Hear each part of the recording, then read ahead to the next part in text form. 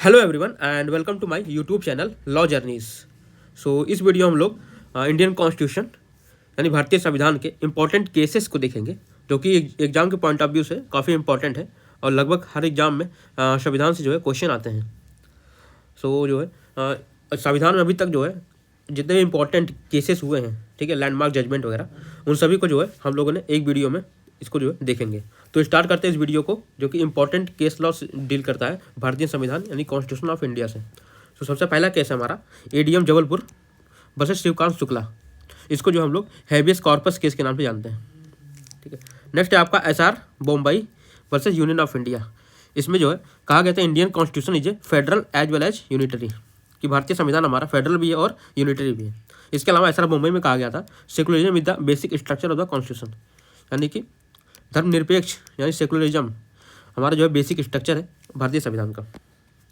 इसके बाद आता है case Kesavananda Bharati versus state of Kerala का केस आता है, जिसमें जो separation of power between the legislature executive and judiciary को जो है पार्ट माना गया बेसिक स्ट्रक्चर का, ठीक है, पार्ट माना गया है केशवानंद भारती में केस में।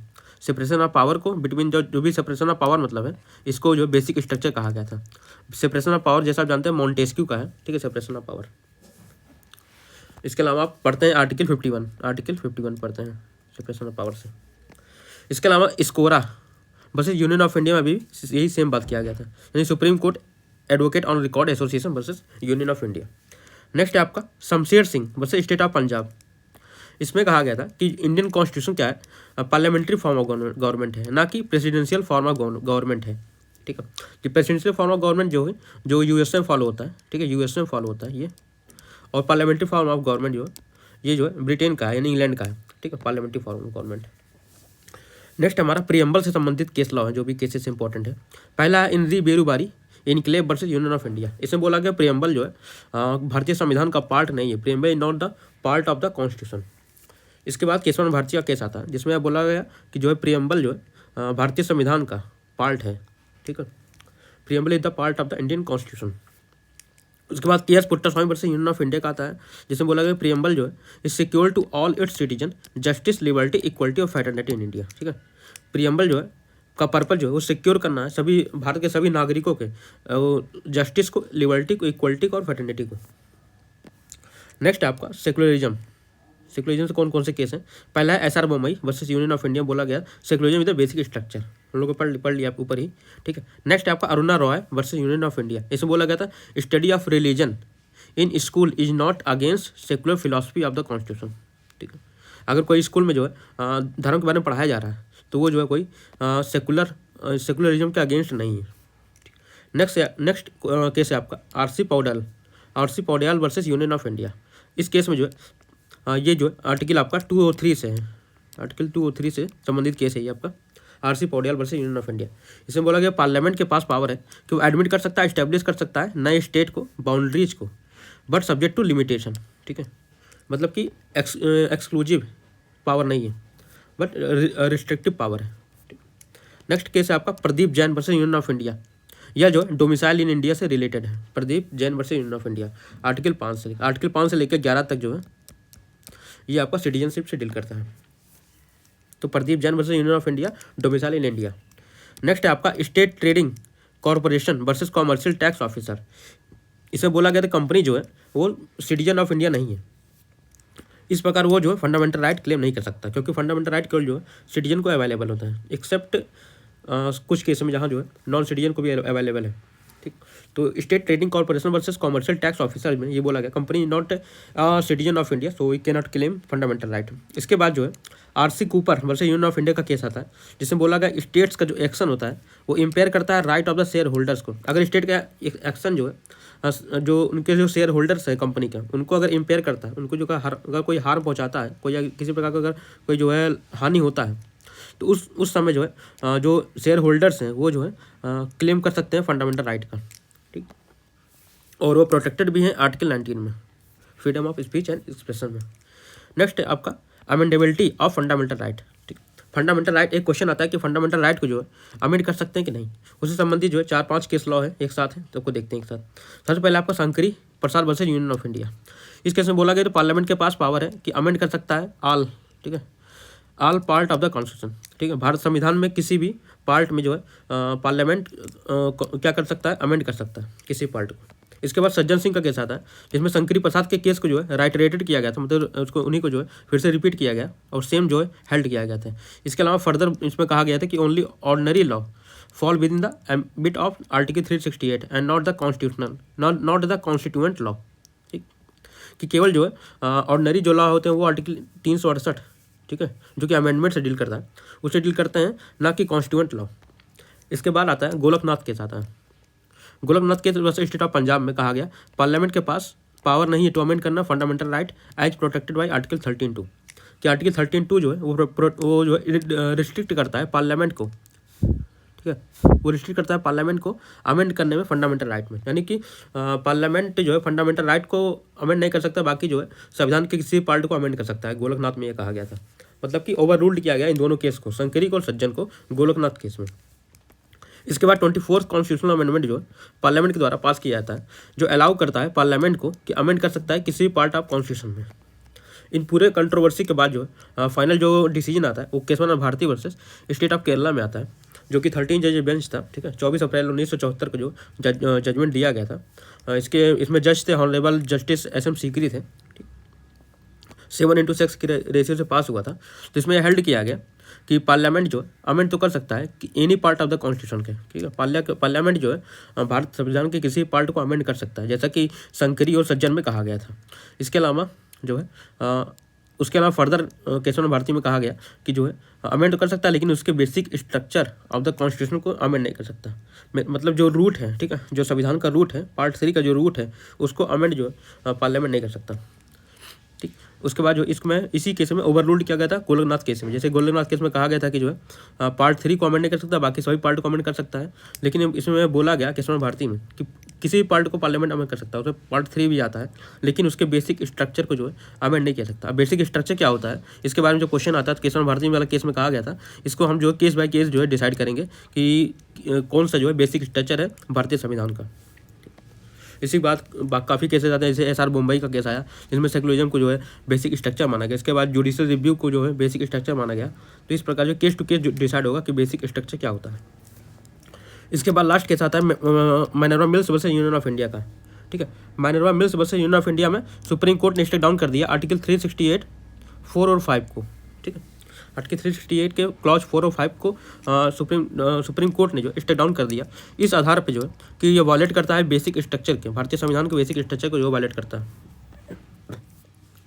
नेक्स्ट हमारा केस है IR Coelho versus state of Tamil Nadu, ठीक है। इस केस में कहा गया कोई भी अगर जो है लॉ अगर उसको नॉन शेड्यूल में अगर रखा जाता है, ठीक है, 24 अप्रैल 1974 के बाद, मतलब केशवन भारती के केस के जो है डिसाइड होने के बाद, तो उसको जो है ओपन चैलेंज है, उसको आप जो है कोर्ट में चैलेंज कर सकते हैं, ठीक। इसका ये मतलब नहीं कि अगर 9th शेड्यूल में आ गए तो उसका आप जुडिशियल रिव्यू नहीं कर सकते हैं, अब कोर्ट के पास पावर है, ठीक है। इस केस में ये कहा गया, सुप्रीम कोर्ट पावर दिया गया, कोर्ट पावर दिया गया कि वह जो है जुडिशियल रिव्यू कर सकता है, भले ही वह जो है 9th शेड्यूल में उसको जो प्लेस क्यों ना किया हो, रखा क्यों ना गया हो, ठीक है। इस आधार पर जो है डिस्ट्रॉय करता है बेसिक स्ट्रक्चर को।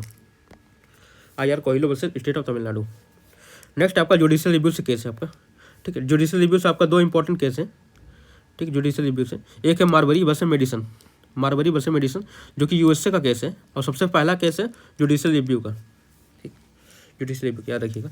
इसके अलावा आर्टिकल 13(1) और 13(2) जो है ये जो है जुडिशियल रिव्यू के बारे में बात करता है भारतीय संविधान में, स्पेशली कहीं बात नहीं किया गया इसके बारे में, ठीक है। आर्टिकल 13(1) और 13(2) में जो है अच्छे से जो बात किया गया इसके बारे में, ठीक। वहीं से जो है ऑरिजिन होता है इंडिया में। इसके बाद दूसरा केस हमारा है L Chand Kumar versus union of India से बोला गया कि जो जुडिशियल रिव्यू क्या बेसिक स्ट्रक्चर है, जुडिशियल रिव्यू करना बेसिक स्ट्रक्चर है, ठीक, कॉन्स्टिट्यूशन का। L Chand Kumar versus union of India. Next आपका आता है आर्टिकल 12 से आता है। आर्टिकल 12 जो कि जो है स्टेट डिफाइन करता है, जिसमें डिफाइन किया गया स्टेट को। इसमें जो है वर्ड एक आता है अदर अथॉरिटीज, ठीक है, अदर अथॉरिटीज। उस पर जो है केस लॉ है, 3-4 केस लॉ है। तो सबसे पहला है अदर अथॉरिटीज में university of Madras versus Shantabai का केस है। इसमें जो प्रिंसिपल ऑफ इजल्टम जेनेरिस अप्लाई किया गया था, कि मतलब अदर अथॉरिटीज में इजल्टम जेनेरिस प्रिंसिपल अप्लाई होगा। इसका मतलब होता है ऑफ द सेम काइंड, मतलब एक अगर जो कोई अथॉरिटी है और कोई अथॉरिटी है अगर उसके जो भी राइट ड्यूटीज पावर हैं वो अगर दूसरी अथॉरिटी कोई नहीं आती है, अगर सेम वही राइट और ड्यूटी अगर वो मतलब कि होल्ड करते हैं, तो उनको जो प्रिंसिपल ऑफ इजल्टम जेनेरिस अप्लाई किया जाएगा और उसको जो अदर अथॉरिटीज माना जाएगा। ठीक, मतलब अगर उसी तरह का कोई अगर नया अथॉरिटी आता है और वही चीज़ फॉलो करता है तो उसको माना जाएगा कि ये भी जो है अथॉरिटीज़ हैं। ठीक, नेक्स्ट आपका state electricity board Rajasthan versus Mohanlal का केस है। इसमें कहा गया है कि इजल्टम जेनेरिस को हम केवल फॉलो नहीं करेंगे बल्कि और भी चीज़ों को देखा जाएगा। ठीक है, अदर अथॉरिटीज मानने के लिए किसी भी नए अथॉरिटीज। इसके बाद RD सेट्टी का आता है वर्सेस इंटरनेशनल एयरपोर्ट। ठीक, इसमें भी जो है वो भी जो इसी केस से संबंधित है अदर अथॉरिटीज़ में। ठीक है, इसके बाद अजय हासिया वर्सेस खालिद मुजीब का केस आता है। ठीक है, इसमें ऑनरेबल जस्टिस जो है अरिजीत परसायत थे। ठीक है, तो उसमें भी जो है अदर अथॉरिटी से संबंधित कुछ जो है गाइडलाइंस इशू किएगा कि अगर ये जो है कंडीशन फुलफिल होना चाहिए अदर अथॉरिटीज होने के लिए। तो 4 केस है, university of Madras versus Shantabai, electricity board Rajasthan versus Mohanlal का केस है, और RD Shetty versus international airport का केस है, और अजय हासिया वर्सेस खालिद मुजीब का केस है, जिसमें honourable justice Arijit Pasayat justice है।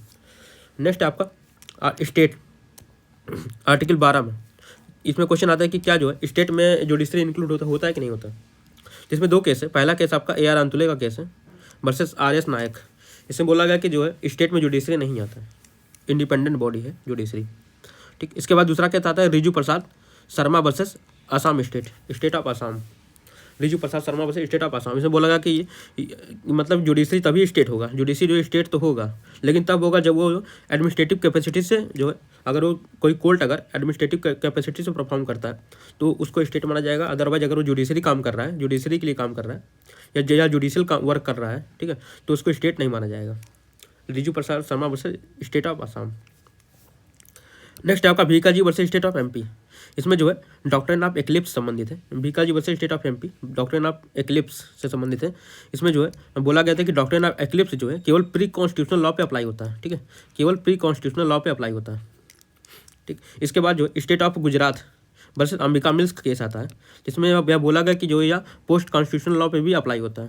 ठीक, बाद में ये केस आता है state of Gujarat versus Ambika mills वाला। इसके बाद एक जो है प्रिंसिपल और आता है डॉक्ट्राइन ऑफ सेवरेबिलिटी। ठीक, डॉक्ट्राइन ऑफ सेवरेबिलिटी, और 2 डॉक्ट्राइन है, ये दोनों डॉक्ट्राइन आपका आर्टिकल 13 से है, 13(1) से और 13(2) से। ठीक, पहला डॉक्ट्राइन ऑफ एक्लिप्स है जो कि जो है Bhikaji versus state of MP का केस है। दूसरा डॉक्ट्राइन ऑफ सेवरेबिलिटी है जो कि FN बलसारा है, FN Balsara versus state of Bombay का केस है, याद रखिएगा इसको दोनों एक साथ। ठीक है, तो गुजरात वर्सेस अंबिका मिल्स में बोला गया कि पोस्ट कॉन्स्टिट्यूशनल लॉ पे भी जो है डॉक्ट्रिन ऑफ एक्लिप्स अप्लाई होता है। नेक्स्ट है आपका Basheshar Nath versus income tax commissioner. इसके अलावा दूसरा केस है Behram versus state of Bombay.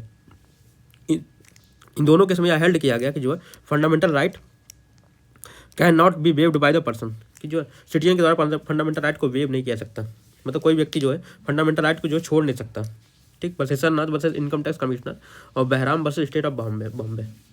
Next आपका रीजनेबल क्लासिफिकेशन यानी आर्टिकल 14 से संबंधित है। ठीक, रीजनेबल क्लासिफिकेशन, जैसे आर्टिकल 14 आप जानते हैं कि इक्वलिटी बिफोर लॉ और इक्वल प्रोटेक्शन ऑफ लॉ से डील करता है, 2 चीज़ से। ठीक है, तो उस पर इंपॉर्टेंट केस कौन कौन सा है। पहला है DS Nakara versus union of India का केस है। दूसरा है RK Garg versus union of India का केस है। और तीसरा है state of West Bengal versus Anwar Ali Sarkar का केस है।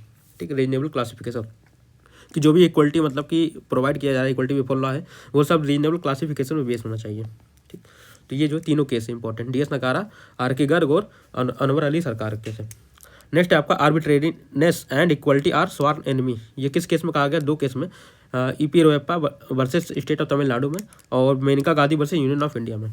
आर्बिट्रेरीनेस एंड इक्वलिटी, ठीक है, दोनों मतलब एक दूसरे के जो है स्वार्न एनिमी है। ठीक, नेक्स्ट है आपका काथी raining versus state of Saurashtra का केस है। काथी raining versus state of Saurashtra, इस केस में बोला गया कि आर्टिकल 15 जो है आर्टिकल 14 का एक एक्सटेंडेड वर्जन है। ठीक, आर्टिकल 14 जैसा कि इक्वलिटी ऑल इक्वलिटी की बात करता है, जबकि आर्टिकल 15 जो है एक लिमिट लगाता है कि इस जगह जो है यहाँ जो कोई डिस्क्रिमिनेशन नहीं होगा on the ground of race, caste, place of birth, ठीक है, सेक्स, इस बेसिस पे। नेक्स्ट आपका PUDR versus union of India.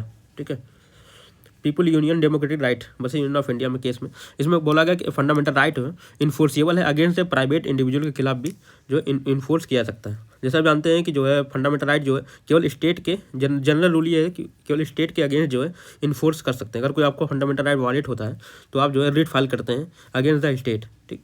तो इस केस में कहा गया कि प्राइवेट इंडिविजुअल के खिलाफ भी आप जो है फंडामेंटल राइट इन्फोर्स कर सकते हैं PUDR वाले केस में। नेक्स्ट आपका Champakam Dorairajan versus state of Maharashtra Madras का केस है, ठीक है। यह जो है सबसे पहला रिजर्वेशन केस है, फर्स्ट रिजर्वेशन केस और जो है 1951 का केस है, ठीक है। इसी में जो फर्स्ट अमेंडमेंट भी हुआ था, ठीक। तो Champakam Dorairajan State of Madras first reservation case जो कि मेडिकल, ठीक है, मेडिकल इंस्टीट्यूशन में जो है रिजर्वेशन से संबंधित है, जो कि फर्स्ट अमेंडमेंट से जो है इस केस को लाया गया था। नेक्स्ट आपका रिजर्वेशन केस कौन कौन से हैं आपका, ठीक है। पहला है MR बालाजी। इंपॉर्टेंट कौन कौन से हैं, वैसे रिजर्वेशन के लिए बहुत केस लॉ हैं लेकिन इंपॉर्टेंट जो है 2-3 हैं उनको समझते हैं। पहला है MR Balaji versus state of Mysore.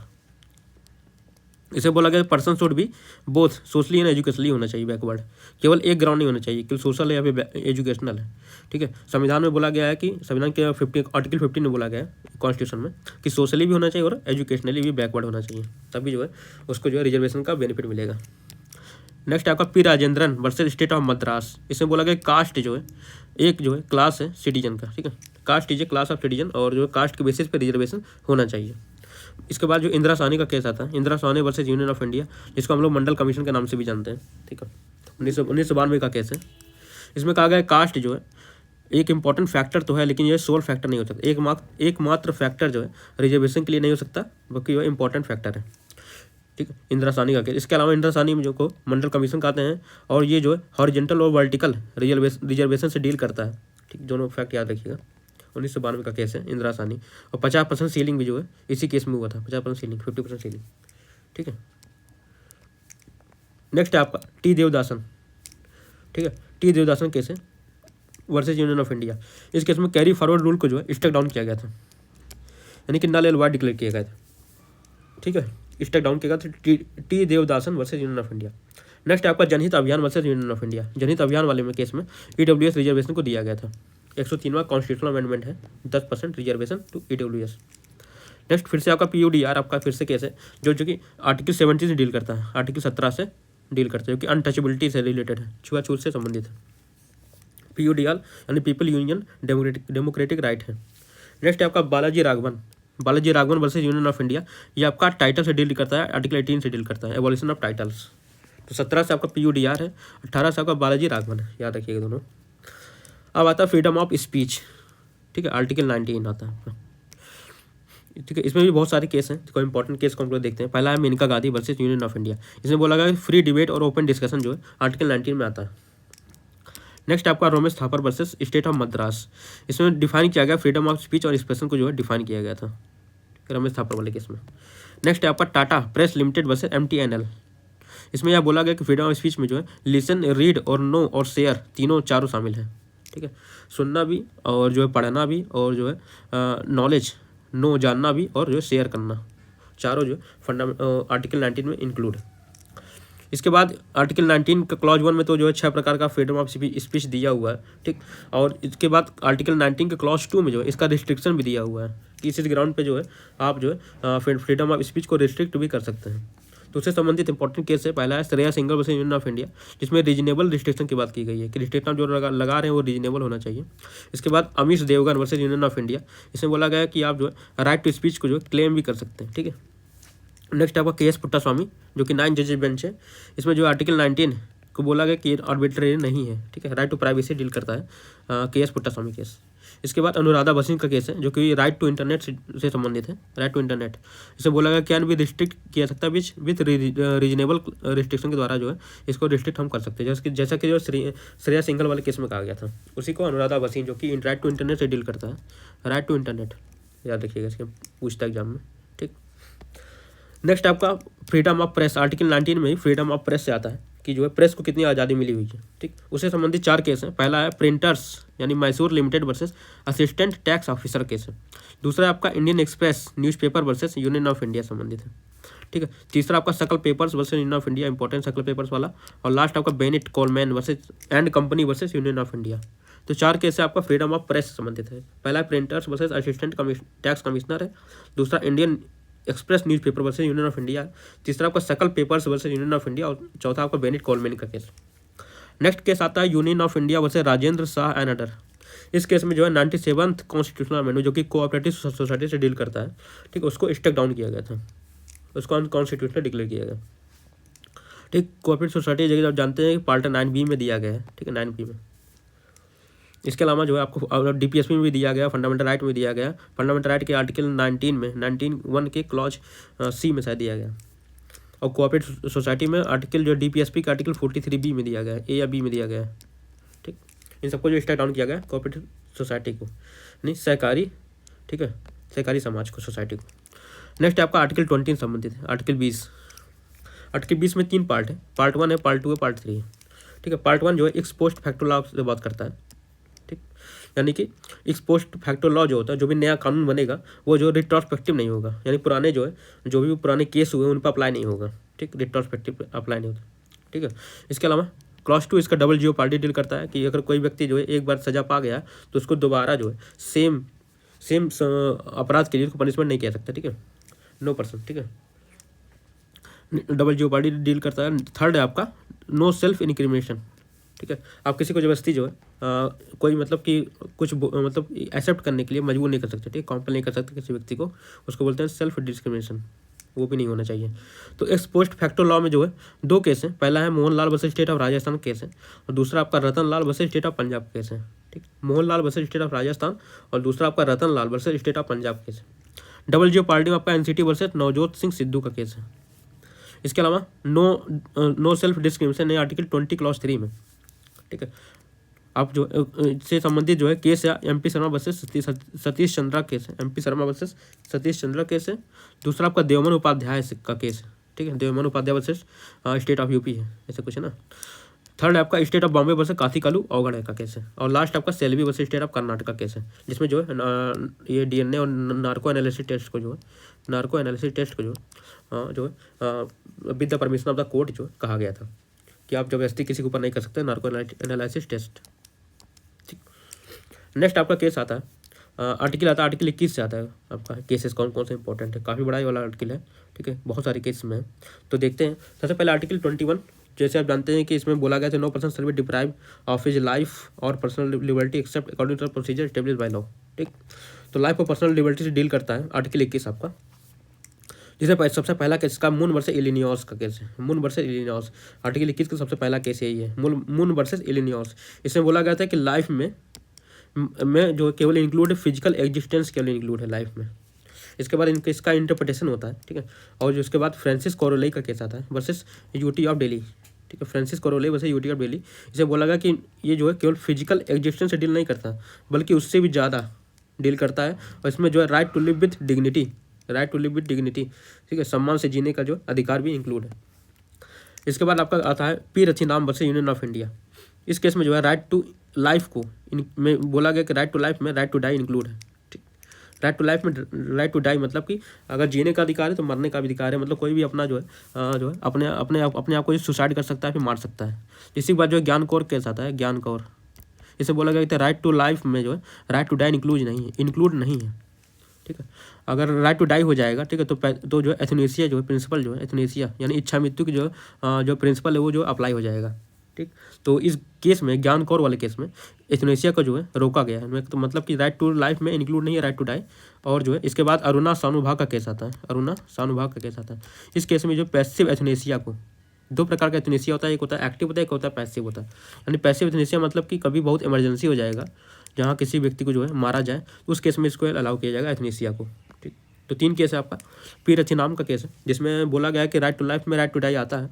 तो उसके बाद ज्ञान कौर केस आता है जिसमें जो है पी रथीनाम के केस को ओवर रूल्ड किया गया कि नहीं जो है इसमें इंक्लूड नहीं होता है। उसके बाद जो है और एथनेसिया को पूरी तरह जो है रोका गया इस ज्ञान कौर केस में। ठीक है, इसके बाद अरुणा सानुभाग का केस आता है वर्सेस यूनियन ऑफ इंडिया में, जिसमें बोला गया कि पैसिव एथनेसिया जो है अलाउ है अंडर द एक्सट्रीम कॉन्टीजेंसीज। ठीक, इसके बाद आपका आता है आर्टिकल 21 से Olga Tellis versus Bombay municipal corporation BMC। इसमें बोला गया राइट टू लाइफ में इंक्लूड है राइट टू लिवलीहुड भी। ठीक है, राइट टू लिवलीहुड यानी जीवन यापन का भी अधिकार जो है शामिल है किसमें, राइट टू लाइफ में आर्टिकल 21 में। ठीक। इसके बाद राइट टू प्राइवेसी से संबंधित कौन कौन सा केस है उसको देखते हैं। ठीक है, राइट टू प्राइवेसी से संबंधित कौन कैसे चेंज करते हैं कलर। तो पहला है R Rajagopal versus state of Tamil Nadu case है। इसमें बोला गया था राइट टू प्राइवेसी मतलब राइट टू लेफ्ट एलोन। ठीक है, राइट टू प्राइवेसी मतलब होता है कि अकेले रहने का अधिकार। इसके बाद एमपी शर्मा वर्सेस सतीश चंद्रा जो कि 8 जज बेंच है। ठीक है, इसमें कहा गया राइट टू प्राइवेसी जो है वो फंडामेंटल राइट का पार्ट नहीं है। राइट टू प्राइवेसी, ठीक है, फंडामेंटल राइट यानी पार्ट 3 का पार्ट नहीं है, पार्ट 3 का भाग नहीं है। इसके बाद Kharak Singh versus state of UP आता है। Kharak Singh versus state of UP, इसे बोला गया था राइट टू प्राइवेसी जो है वो फंडामेंटल राइट का पार्ट है, जो कि जो है 6 जज बेंच था सुप्रीम कोर्ट का, ये जो है 8 जज बेंच है। ठीक, तो 8 जज बेंच को जो है ज़्यादा जो बेंच होता है उसको प्रिवेल किया जाता है। ठीक है, उसको मतलब माना जाता है। तो इन दोनों में कंट्रोवर्सी हो गया। ठीक है, एमपी शर्मा बोला गया कि पार्ट नहीं है फंडामेंटल राइट का प्राइवेसी, और खड़क सिंह बोला गया कि प्राइवेसी जो है पार्ट है फंडामेंटल राइट का। ठीक, इन दोनों केस में कंट्रोवर्सी हुआ। उसके बाद जो है एक जो है 9 जजी बेंच जो कि केएस पुट्टास्वामी के नाम से हम लोग जानते हैं। ठीक है, उस केस में कहा गया राइट टू प्राइवेसी क्या है, वो फंडामेंटल राइट का पार्ट है, बट स्टेट के पास पावर है, अगर वो चाहे तो कुछ जो है रीजनेबल रिस्ट्रिक्शन लगा सकता है प्राइवेसी के ऊपर इमरजेंसी के केस में। ठीक, तो केस पुट्टास्वामी 3 केस लगाता है इसका है। ठीक है, 4 है। पहला इसका R Rajagopal versus state of Tamil Nadu, इसमें बोला गया कि राइट टू प्राइवेसी में इंक्लूड है right to left alone. MP Sharma बोला गया कि राइट टू प्राइवेसी पार्ट ही नहीं है फंडामेंटल राइट का। ठीक, इसके बाद खड़क सिंह वाला केस आता है वर्सेस स्टेट से बोला गया कि राइट टू प्राइवेसी पार्ट तो है फंडामेंटल राइट का। इन दोनों में कंट्रोवर्सी होती है क्योंकि 8 जज बेंच है और ये 6 जज बेंच है, तो इन दोनों कंट्रोवर्सी दूर करने के लिए केएस पुट्टास्वामी का केस आता है। इसके बाद और भी केस हमारे यहाँ आर्टिकल 21 से संबंधित है। ठीक है, जैसे ए के गोपालन वैसे स्टेट तमिलनाडु केस में बोला गया प्रोसीजर स्टेब्लिश बाय लॉ, जो आर्टिकल 21 में दिया गया केवल वही प्रोसीजर है, उसमें जो है ड्यू प्रोसेस इंक्लूड नहीं है। बाद में मेनका गांधी का केस आता है जिसको पासपोर्ट केस के नाम से जानते हैं, Maneka Gandhi versus union of India. इसमें बोला गया तो जो प्रोसीजर होना चाहिए वो जस्ट फेयर और रीजनेबल होना चाहिए, मतलब ड्यू प्रोसेस ऑफ लॉ को फॉलो करना चाहिए। ठीक है, ड्यू प्रोसेस ऑफ लॉ आपका अमेरिका का है, यूएसए का है। ठीक है, यूएसए का आपका है। ठीक, यूएसए का, और ये आपका जो है जापान का है, ऐसा कुछ है, या फिर ये जापान का है, ये यूएसए का, ऐसा कुछ है। ठीक है, वो क्रॉस चेक कर लीजिएगा। ठीक है, ड्यू प्रोसेस ऑफ लॉ और प्रोसीजर एस्टेब्लिश बाय लॉ। इसके बाद जो आपका Sunil Batra versus Delhi administration case आता है, जिसमें बोला गया है जो कन्विक्ट है, ठीक है, जिनको दोषी माना गया वो आर्टिकल 21 के लिए इंटाइटल्ड हैं, और जो है इनको जो है इनह्यूमन ट्रीटमेंट नहीं होना चाहिए जेलों में। ठीक है, वो कन्विक्ट्स के लिए सुनील बत्रा केस है। ठीक, इसके बाद जो है आपका हुसैन आरा खातून वर्सेस का केस आता है स्टेट ऑफ बिहार, जिसमें बोला राइट टू स्पीडी ये ट्रायल और फ्री लीगल एड जो है आर्टिकल 21 का पार्ट है, आर्टिकल 21 में आता है। इसके बाद आपका राइट टू डिग्निटी और लिवलीहुड से संबंधित कौन कौन सा केस है। राइट टू डिग्निटी और लिवलीहुड, पहला है ओल्गा टेलिस का केस है, जिसमें बोला गया था राइट टू लिवलीहुड में आर्टिकल 21 में राइट टू लिवलीहुड आता है। इसके बाद Bandhua Mukti Morcha versus union of India में बोला गया था राइट टू लाइफ में इंक्लूड है right to live with dignity. ठीक, Vishaka versus state of Rajasthan case है, जो कि sexual harassment at workplace से संबंधित है, काफ़ी इंपॉर्टेंट केस है Vishaka versus state of Rajasthan. इसके बाद Jolly George Varghese versus Bank of Cochin का केस। इसमें बोला गया कि प्रोहिबिट किया गया अरेस्ट को फॉर नॉन पेमेंट ऑफ डेप्ट। अगर कोई व्यक्ति कोई डेप्ट है, पेमेंट अगर उसका नहीं करता है, तो उसका मतलब नहीं कि उसको व्यक्ति को अरेस्ट कर लीजिए। ठीक है, पेमेंट के आधार पर, तो उसको जो है प्रोहिबिट किया गया जॉली जॉर्ज वर्गीज में। इसके बाद आपका कौन कौन से आर्टिकल 21 में जो इन्वायरमेंट संबंधित हेल्थ और एजुकेशन संबंधित कौन कौन से केस हैं आर्टिकल 21 के। पहला है MC Mehta versus union of India, जिसमें जो बोला गया था right to free pollution environment होना चाहिए, हर आदमी का अधिकार है कि फ्री पोल्यूशन इन्वायरमेंट में रहे वो। इसके बाद परमानंद कटारा केस है, जिसमें जो है मेडिकल एड को जो है आर्टिकल 21 का पार्ट माना गया। ठीक, इसके बाद मोहिनी जैन का केस है, जो कि राइट टू एजुकेशन को जो आर्टिकल 21 का पार्ट माना गया। इसके बाद उन्नी कृष्णन वर्सेस आंध्र प्रदेश स्टेट का केस है, जिसमें राइट टू एजुकेशन को जो है पार्ट माना गया आर्टिकल 21 के, और 6 से 14 वर्ष तक के बच्चों को जो है फ्री एजुकेशन की जो है बात की गई थी। इसी बात जो है अमेंडमेंट हुआ था। ठीक है, 86 अमेंडमेंट हुआ था 86 अमेंडमेंट 2002 में हुआ था। ठीक है, जिसमें जो आर्टिकल 21A जोड़ा गया था। इसके बाद आर्टिकल 45 और आर्टिकल 51K जोड़ा गया था, 3 चीज़ जोड़ा गया था। ठीक, तीनों पार्ट में, 3, 4 और 4A में। अदर आपके कौन कौन से हैं, अदर आपके ये चमेली का केस है वर्सेस स्टेट ऑफ यूपी का केस है, जिसमें राइट टू शेल्टर को जो है फंडामेंटल राइट माना गया, आर्टिकल 21 माना गया। इसके बाद Navtej Singh Johar versus union of India case है, जिसमें right over one's intimate relationship. ठीक है, मतलब कि रिलेशनशिप बनाना जो उसको आर्टिकल 21 का पार्ट माना गया। ठीक, इसके बाद PUCL versus union of India, इसमें जो है न्यूट्रिशनल फूड को जो है न्यूट्रिशनल फूड खाना जो है उसको भी आर्टिकल 21 माना गया PUCL वाले में। इसके अलावा इसी केस में जो है फ़ोन टैपिंग से संबंधित यह केस भी है PUCL का, जिसमें जो है फ़ोन टैपिंग करना वो राइट टू प्राइवेसी का जो है वायलेशन माना गया। इसके बाद अगला केस आपका आता है रामलीला मैदान इंसिडेंट वर्सेस होम सेक्रेटरी।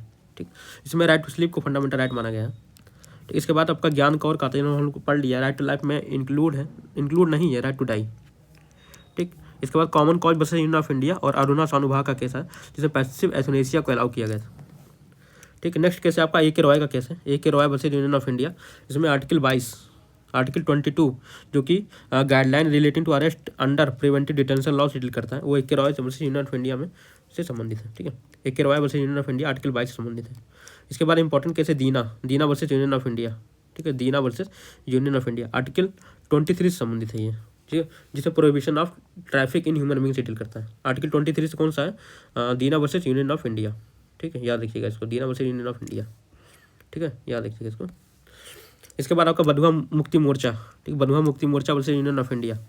इस केस में जो है बॉन्डेड लेबर को जो है अनकॉन्स्टिट्यूशनल माना गया। ठीक है, जो ये बॉन्डेड लेबर है, ठीक, मैंने बंधुआ मजदूरी करते हैं उनको अनकॉन्स्टिट्यूशनल डिक्लेयर किया गया, असंवैधानिक माना गया। ठीक, बॉन्डेड लेबर जो कि आर्टिकल 24 से डील करता है। ठीक है, आर्टिकल 24 से prohibition of employment in factories deal करता है आर्टिकल 24। ठीक है, जो कि जो है 6 साल से कम ऐसे कुछ बच्चे हैं, 6 या 14 साल से कम बच्चों के लिए जो है ये आर्टिकल 24 लाया गया। 23 से आप याद देखिएगा दीना वर्सेस यूनियन ऑफ इंडिया, और 24 से बंधुआ मुक्ति मोर्चा वाला केस। इसके बाद है Rev Stanislaus versus state of MP। ठीक है, reverend Stanislaus versus state of MP का केस, जो कि आर्टिकल 25 यानी कि राइट टू रिलीजन से डील करता है। इसमें बोला गया right to propagate one's religion. ठीक है, यानी अपने धर्म का जो है प्रोपेगेट करना, हाइप करना, प्रचार करना, वो जो है इनमें शामिल है। ठीक है, आर्टिकल 25 में इंक्लूड है। इसके बाद SR बम्बई का केस आता है, SR Bombay versus union of India. इस केस में सेकुलरिज्म को जो है बेसिक स्ट्रक्चर माना गया, पढ़ लिया हम लोग। इसके बाद PMF फाउंडेशन, PMF मेट्रोपॉलिटन आता है, PMF metropolitan versus MM Marthoma. ठीक है, जिसमें रिलीजन को डिफाइन किया गया है, रिलीजन को। ठीक, इसके बाद Saira Bano versus union of India case आता है, Saira Bano versus union of India. इसमें right of essential religious practice को जो है का डॉक्ट्राइन जो है इसमें ले डाउन किया गया था, कि जो है हर जो भी रिलीजन है उनका जो एक इसेंशियल रिलीजियस प्रैक्टिस होता है, मतलब कि एक जो है रूट जो होता है ना, एक रूट रिलीजन होता है, उसको जो है आप जो है किसी भी कंडीशन में स्टेट जो है उसको चेंज नहीं कर सकता है। जो भी किसी एक रिलीजन का जो रूट है, जैसे फंडामेंटल राइट का बेसिक स्ट्रक्चर है, उसी तरह जो है हर रिलीजन का, हर धर्म का एक जो है रूट होता है। ठीक है, जो मतलब उसको फॉलो करना ही है धर्म में, तो उसको जो है स्टेट चेंज नहीं कर सकता, बाकी किसी में अमेंड कर सकता है, चेंज कर सकता है अदर प्रैक्टिस में। ठीक है, जो प्रैक्टिस होता है ना धर्म में संबंधित। इसके बाद है TMF pi foundation versus state of Karnataka case है, जो कि आर्टिकल 13 से डील करता है, 30 से डील करता है। जैसे माइनॉरिटी को जो है इसमें यह कहा गया कि माइनॉरिटी जो स्टेट डिसाइड करेगा कि हमारे राज्य में किस व्यक्ति को माइनॉरिटी माना जाएगा, किस समुदाय को माइनॉरिटी माना जाएगा। TMF pi foundation versus state of Karnataka. इसके बाद इनरी केरला एजुकेशन बिल, जैसे माइनॉरिटी का मतलब माना बनाएगा कि कम्युनिटी जो कि लेस देन 50% होती है। ठीक, इसमें यह माना गया कि केरला एजुकेशन बिल वाले में केस में, जिसमें बोला गया कि माइनॉरिटी मतलब ऐसे कम्युनिटी जो है जिनका जो है रिप्रेजेंटेटिव जो है 50% लेस है। इसके बाद Romesh Thapar versus state of Madras case है, Romesh Thapar versus state of Madras. इसमें जो है Supreme Court is the guarantor and protector of fundamental right माना गया। ठीक है, रमेश थापर वाले केस में कहा गया। इसके बाद रूपा हुरा वर्सेस अशोक हुरा के केस में आर्टिकल 32 बोला गया, article 32 can be invoke if fundamental right violated. अगर आपका फंडामेंटल राइट वायलेट होता है तो आप आर्टिकल 32 में आ सकते हैं। इसके अलावा रूपा हुरा वर्सेस हुरा का केस आपका आर्टिकल 142 से भी है, 142 जो कि क्यूरेटिव पिटिशन से डील करता है। नेक्स्ट आपका सुनील बत्रा केस, सुनील बत्रा आपका जो है फंडामेंटल इससे ये क्या नाम है, रिट से संबंधित है। रिट पिटिशन जो कन्विक्ट द्वारा फाइल कर सकता है, कोई व्यक्ति कन्विक्ट हो चुका है तो वो भी जो है आर्टिकल 32 का रिट फाइल कर सकता है। सुनील बत्रा वर्सेस दिल्ली एडमिनिस्ट्रेशन में कहा गया था। अब इसके बाद कंट्रोवर्सी आता है फंडामेंटल राइट और DPSP में। ठीक है, कुछ DPSP ऐसे हैं जो फंडामेंटल राइट की तरह जो है ट्रीट किए जाते हैं, तो उससे संबंधित जो है 3-4 केस है। पहला है स्टेट ऑफ मद्रास वर्सेस चंपाकम दुर्योराजन। इसमें बोला गया जो DPSP है वो जो है फंडामेंटल राइट को ओवर राइड नहीं कर सकता। इसके बाद Randhir Singh versus union of India. इसमें बोला गया equal pay for equal work, जो स्टेटस है वो फंडामेंटल राइट की तरह जो है ट्रीट किया जाएगा। इसको equal pay for equal work जो कोई फंडामेंटल राइट माना जाना चाहिए। इसके बाद MH हाउसकोट का केस आता है, MH Hoskot versus state of Maharashtra. इसमें लीगल एड और स्पीडी ट्रायल को फंडामेंटल राइट माना गया। इसके अलावा हुसैन आरा खातून केस से भी है स्पीडी ट्रायल संबंधित, बस स्टेट ऑफ बिहार केस है ना हुसैन आरा, ठीक है। इसके अलावा खत्री वर्सेस स्टेट का भी केस जो है स्पीडी ट्रायल से संबंधित है, ठीक है, लीगल एड्स और स्पीडी ट्रायल संबंधित है। इसके बाद air India statutory corporation versus United labour union, इसमें बोला गया डीपीएसपी जो है can not above fundamental right के ऊपर नहीं हो सकता, ठीक। और कुछ जो है इसमें जो है फंडामेंटल राइट को ऊपर माना गया डीपीएसपी से, और जो है इक्वल माना गया डीपीएसपी से, और कुछ डीपीएसपी को जो भी डीपीएसपी कुछ हैं उनको जो फंडामेंटल राइट भी माना गया, ठीक। 4 केस हैं। पहला है स्टेट ऑफ मद्रास चंपाकम दोरई राजन, दूसरा है रणधीर सिंह का केस है, एमएच हॉस्कट का केस है, और air India statutory corporation case है। इसके बाद यूनिफॉर्म सिविल कोड आर्टिकल 44, इससे संबंधित केस जो है कौन कौन सा, पहला मोहम्मद अहमद खान वर्सेस शाह बानो बेगम, ठीक है। इसमें जो है बोला गया कि जो मेंटेनेंस का राइट है वो क्या है, सेकुलर है, ठीक। आर्टिकल 125 सेक्शन 125 सीआरपीसी का है, जो कि अब सेक्शन 144 हो गया है सीआरपीसी का, ठीक है। उसमें जो है बोला गया था कि जो है मेंटेनेंस से डील करता है। नेक्स्ट आपका Sarla Mudgal versus union of India case है, ये भी यूनिफॉर्म से डील करता है, और Lily Thomas versus union of India दोनों जो बाइगेमी से डील करते हैं, ठीक है, बाइगेमी से डील करते हैं सरला मुदगल लिली थॉमस। इसके बाद आपका केस आता है फंडामेंटल ड्यूटीज संबंधित कौन कौन से केस हैं, जो कि आर्टिकल 51A है। फंडामेंटल ड्यूटी मैंने पार्ट 4A, ठीक। पहला केस है union of India versus Naveen Jindal case है, यूनियन ऑफ इंडिया वर्सेस नवीन जिंदल, जिसमें जो है नेशनल फ्लैग को फ्लाई करना, ठीक है, फंडामेंटल राइट है, फंडामेंटल ड्यूटीज माना गया, ठीक है। नेक्स्ट आपका श्याम नारायण चौकसी वर्सेस यूनियन ऑफ इंडिया, इसमें नेशनल एंथम संबंधित है, ठीक है, श्याम नारायण चौकसी वाला केस है, नेशनल एंथम। टोटल जो फंडामेंटल राइट कितना है 11 है, ठीक है। ओरिजिनल में कितना है, ओरिजिनल में आपके जो थे उसको जो ओरिजिनल नहीं थे, मतलब अमेंडमेंट्स आपके आए थे, ठीक है। अमेंडमेंट्स आपका 42nd अमेंडमेंट है, ठीक है, 42वें संविधान संशोधन द्वारा सरदार सरोवर सिंह कमेटी है उसी द्वारा आया था ये। तो स्टार्टिंग में 10 थे, ठीक, अभी जो है 11 हो गए हैं 86 अमेंडमेंट के द्वारा, ठीक। नेक्स्ट आता है आपका Ram Jawaya Kapur versus state of Punjab, जिससे बोला गया प्रेसिडेंट के बारे में। प्रेसिडेंट आर्टिकल 52 से स्टार्ट होता है, ठीक है, प्रेसिडेंट। इसमें बोला गया प्रेसिडेंट जो है रिप्रेजेंट करता है नेशन को, but not rule the nation, ठीक है, नेशन को रूल नहीं करता है, जो नेशन को रिप्रेजेंट करता है प्रेसिडेंट, क्योंकि यहाँ जो है पार्लियामेंट्री फॉर्म ऑफ गवर्नमेंट है, ठीक है। नेक्स्ट आपका UN Rao versus Indira Gandhi, UN Rao versus Indira Gandhi. इस केस में बोला गया एग्जीक्यूटिव जो पावर है उसको एक्सरसाइज किया जाता है in accordance with this constitution, कि जो भी एग्जीक्यूटिव पावर उनको जो है संविधान के अनुसार जो है एक्सरसाइज किया जाना चाहिए। UN Rao versus Indira Gandhi case है, ठीक है। इसके बाद RC Cooper versus union of India case आता है। आरसी कूपर बोला गया प्रेसिडेंट जो है का act in all matter on the advice of council of ministers के द्वारा होना चाहिए, ठीक है, कि जो है प्रेसिडेंट जो भी एक्ट करेगा वो काउंसिल ऑफ मिनिस्टर जो भी कहेंगे उनके अनुसार करेगा। RC Cooper versus union of India, ठीक है। इसके बाद जो है नेक्स्ट कब केस आता है Kehar Singh versus union of India. इसमें बोला गया पार्डनिंग पावर संबंधित है, आर्टिकल 72 संबंधित है, ठीक है, प्रेसिडेंट के pardoning power, Kehar Singh versus union of India. इसके बाद दूसरा केस आपका मारूराम वर्सेस यूनियन ऑफ इंडिया, मारूराम और केहर सिंह ये दोनों आपको पार्डनिंग पावर 72 से आपका है, वो 72 इसका है प्रेसिडेंट का, और 161 जो है 161 ये आपका गवर्नर का है प्रेसिडेंट पावर, पार्डनिंग पावर 72 161। इसके बाद नेक्स्ट केस आपका Mohammad Arif versus registrar supreme court का केस है। इसमें जो है judicial review of death penalty must be heard in open court by a bench of at least 3 जज बेंच द्वारा, जो है डेथ के केस में अगर जुडिशियल रिव्यू करना है तो उसका जो है हियरिंग जो है 3 जज करेगा, और जो है ओपन कोर्ट में हो। Mohammad Arif versus registrar supreme court में बोला गया। नेक्स्ट आपका AK Roy versus union of India, ठीक। इसके अलावा DC Wadhwa versus state of Bihar case है, ये जो है ऑर्डिनेंस से डील करता है। ऑर्डिनेंस आने 1 to 3 प्रेसिडेंट का ऑर्डिनेंस है, और 213 गवर्नर का ऑर्डिनेंस, ठीक है। जो ये DC Wadhwa versus state of Bihar case ये वाला इंपॉर्टेंट काफ़ी है, ठीक। इसके अलावा एक केस शायद कामेश्वर प्रसाद का भी केस है वर्सेस स्टेट ऑफ बिहार का भी केस है, ठीक।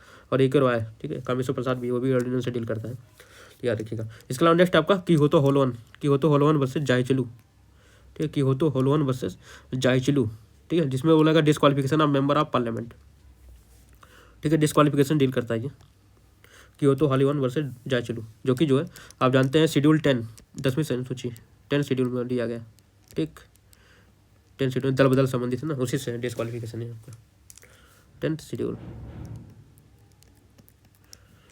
नेक्स्ट आपका Jaya Bachchan versus state of union of India, Jaya Bachchan versus union of India, Jaya Bachchan versus union of India case है, जिसमें जो है ऑफिस ऑफ प्रॉफिट से डील करता है। ये office of profit, Jaya Bachchan versus union of India, office of profit. इसके बाद Raman Rebia versus deputy speaker. Raman Rebia versus deputy speaker में जो है बोला गया कि गवर्नर का जो पावर है वो डिस्क्रिशनरी है, ठीक है। जो डिस्क्रिशनरी पावर ऑफ गवर्नर है वो लिमिटेड है अंडर आर्टिकल 163 क्लॉज 1 के द्वारा, ठीक। मतलब कि पावर ऑफ गवर्नर से डील करता है नमन रेबिया वर्सेस डिप्टी स्पीकर का केस। इसके बाद 3 जज केस आता है सुप्रीम कोर्ट के अपॉइंटमेंट संबंधित। सीजीआई के अपॉइंटमेंट के लिए 3 जज का केस जो है इंपॉर्टेंट काफ़ी है, ठीक है। प्रीलिम्स मेन से पूछता है। कौन कौन से? पहला जो आपका SP Gupta versus union of India case है। SP Gupta versus union of India, इसको हम लोग फर्स्ट जज केस बोलते हैं, ठीक। इसे बोला गया था कि जो कंसल्ट जैसे कि आप जानते हैं कि जज अपॉइंटमेंट के लिए जो प्रेसिडेंट से कंसल्ट लिया जाता है, ठीक है। उसके बाद ही जो है नया सीजीआई जो है अपॉइंट होता है। तो उसी जो कंसल्ट लिया था उसी वर्ड पे जो है कंट्रोवर्सी हुआ था SP Gupta versus union of India. जैसे बोला गया कंसल्टेंसी मतलब प्रेसिडेंट कंसल्ट देता है इस व्यक्ति को अपॉइंट होना चाहिए नेक्स्ट सीजीआई, वो क्या है? फुल और इफेक्टिव कंसल्टेशन, मतलब कि वही जो फाइनल कंसल्टेशन है। जो मतलब प्रेसिडेंट बोलता है जिस व्यक्ति को सीजीआई बनना चाहिए वही व्यक्ति सीजीआई बनेगा, ठीक। मतलब केवल एडवाइजरी नहीं है बल्कि जो है फुल और इफेक्टिव कंसल्टेशन है। इसके बाद स्कोरा केस आता है, Supreme court advocate on record association versus union of India, जिसको हम लोग बोलते हैं सेकंड जज केस बोलते हैं, ठीक। इसमें जो ओवररूल्ड किया गया एसपी गुप्ता के केस, ठीक। और बोला गया कंसल्टेशन मतलब कि होता है कॉन्करेंस होता है, ना कि बाइंडिंग, ठीक है। बाइंडिंग फोर्स नहीं होता, नहीं प्रेसिडेंट जो कहेगा सीजीआई बनेगा वो नहीं बनेगा, जबकि बस जो है एक तरीके से एडवाइजरी ओपिनियन की तरह लिया जाएगा स्कोरा में। इसको लोग बोलते हैं सेकंड जज केस। इसके बाद रिप्रेसिडेंशियल रिफरेंस का केस आता है 1999 में, जिसको जो है हम लोग थर्ड जज केस नाम जानते हैं, ठीक है। इसमें जो प्रोसीजर बताया गया अपॉइंटमेंट ऑफ सीजीआई के लिए, ठीक है। कौन सा है? रिप्रेसिडेंशियल रिफरेंस केस, ठीक है। थर्ड जज केस बोलते हैं। इसके बाद 99 कॉन्स्टिट्यूशनल अमेंडमेंट आता है, जिसमें एनजीएसी को जो पार्लियामेंट जो है एनजीएसी पास करता है अपॉइंटमेंट ऑफ सीजीआई के लिए, ठीक। इसके बाद आपका स्कोर आता है, फिर से स्कोर आता है एनजीएसी को जो है अनकॉन्स्टिट्यूशनल डिक्लेयर करने के लिए स्कोर आता है, ठीक। कि जो एनजीएसी है वो अनकॉन्स्टिट्यूशनल है, ठीक। इसके बाद नेक्स्ट केस आपका आता है सीके दफ्तरी वर्सेस ओपी गुप्ता, ठीक है। सीके दफ्तरी वर्सेस ओपी गुप्ता, जो कि आर्टिकल 129 जो कि कोर्ट ऑफ रिकॉर्ड संबंधित है, ठीक है। कोर्ट ऑफ रिकॉर्ड है, सुप्रीम कोर्ट ऑफ रिकॉर्ड है। 129 और 215 है हाई कोर्ट का कोर्ट ऑफ रिकॉर्ड, ये हाई कोर्ट का। नेक्स्ट आपका lily Thomas versus union of India. इसमें जो है power of review of supreme court के बारे में डील करता है लिली थॉमस का, जो कि आर्टिकल 137 से डील करता है। ये पावर ऑफ रिव्यू का पावर है, ठीक है। नेक्स्ट आपका रूपा हुरा वर्सेस अशोक हुरा का केस है, जो कि आर्टिकल 142 यानी क्यूरेटिव पिटीशन से डील करता है। रूपा हुरा वर्सेस अशोक हुरा केस, ठीक। आर्टिकल 142 क्या है? एक जो है कंप्लीट जस्टिस के बारे में डील करता है। कंप्लीट जस्टिस करने के लिए जो है सुप्रीम कोर्ट के पास पावर जो है एक्सट्रीम पावर है, ठीक है। वो किसी व्यक्ति को सम्मान कर सकता है, किसी को व्यक्ति बुला सकता है और किसी भी ऑर्डर और किसी भी जो है डिसीजन को जो है उसको जो है रिव्यू कर सकता है। ये सब पावर है आर्टिकल 142 में। इसके बाद doctrine of pith and substance, इसके लिए 2 केस है। पहला है Prafulla Kumar versus Bank of Commerce Khulna का केस है, और दूसरा है state of Bombay versus FN Balsara case, ठीक है। नेक्स्ट है आपका डॉक्ट्रिन ऑफ रिपग्नेंसी, आर्टिकल 254 है, ठीक। जैसे आप जानते हैं स्टेट और सेंट्रल संबंधी जो है आर्टिकल जो है 245 से लेके 255 तक है शायद। तो उसी का 254 जो है जो डॉक्ट्रिन ऑफ रिपग्नेंसी डील करता है। उसमें जो 2 केस हैं, एक पहला है जेवियर भाई वर्सेस स्टेट ऑफ बॉम्बे, दूसरा है Deepchand versus state of UP. Last है हमारा Shamsher Singh versus state of Punjab. Shamsher Singh state of Punjab जो है, जो कि गवर्नर और प्रेसिडेंट के सेटिस्फैक्शन से डील करता है, ठीक है। तो ये पूरा जो केस हमारा हो गया 67 टोटल केस है, और उसके अंदर भी बहुत सारे केस थे। तो करीब 100 केस के आसपास जो है पूरे संविधान के केस हैं। वीडियो अच्छा लगे तो लाइक और सब्सक्राइब करिएगा, ठीक। Thank you.